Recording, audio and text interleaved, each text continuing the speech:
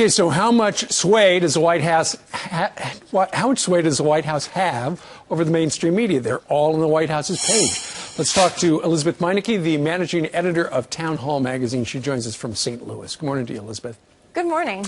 So what's going on? Why are all those guys on the Sunday show, it looks like, carrying water for the White House? Well, I mean, to a certain extent, you expect a convergence of topics. I mean, what the White House says is news by virtue of the White House saying it, and they wanted to talk about climate change. What's bothersome is when the narratives of the media and the White House are basically the same, which is what you saw happening. You know, you saw John Kerry come out and give this huge speech about basically if you don't agree with climate change, first of all, he says there's no debate. Right. And then he says if you don't agree with it, it's faulty science and you're basically backwards of progress. And that was the same narrative that you saw played out on those Sunday shows. So the American people were basically asked to believe that a man who doesn't have answers to Benghazi or Fast and Furious somehow has figured out the weather. Well, he's following in the footsteps of Al Gore, who was all about cap and trade back in the day and stood to make millions or billions of dollars from, then we used to call it global warming, then it got really cold, and then they had to switch the wordage, and now it's climate change. But the president at the State of the Union address said the science is settled. But the science isn't settled. We know that the climate changes, Elizabeth, because the climate has always changed. The big question is it man-made or is it simply cyclical? Is it just the way the world works?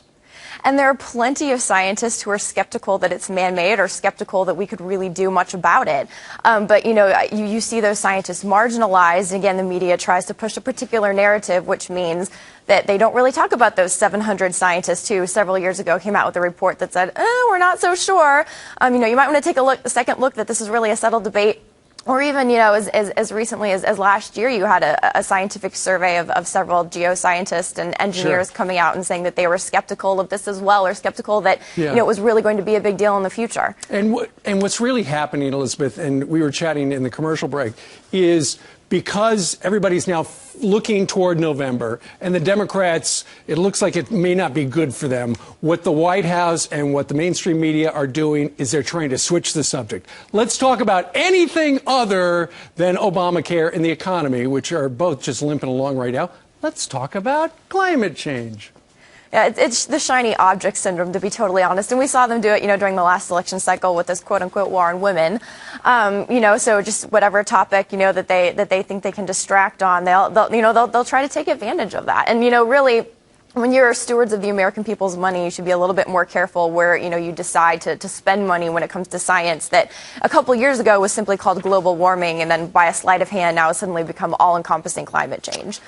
And speaking of global warming, I just saw on one of the websites 4,406 record cold temperatures in January. So global warming, you be the judge. All right, Elizabeth Meineke joining us today from St. Louis. Thank you very much. Thank you. I skated to the studio this morning on ice, so yeah, I'm not so sure about this global warming. Yeah, all right. Good enough. Elizabeth, thank you very much. Thanks.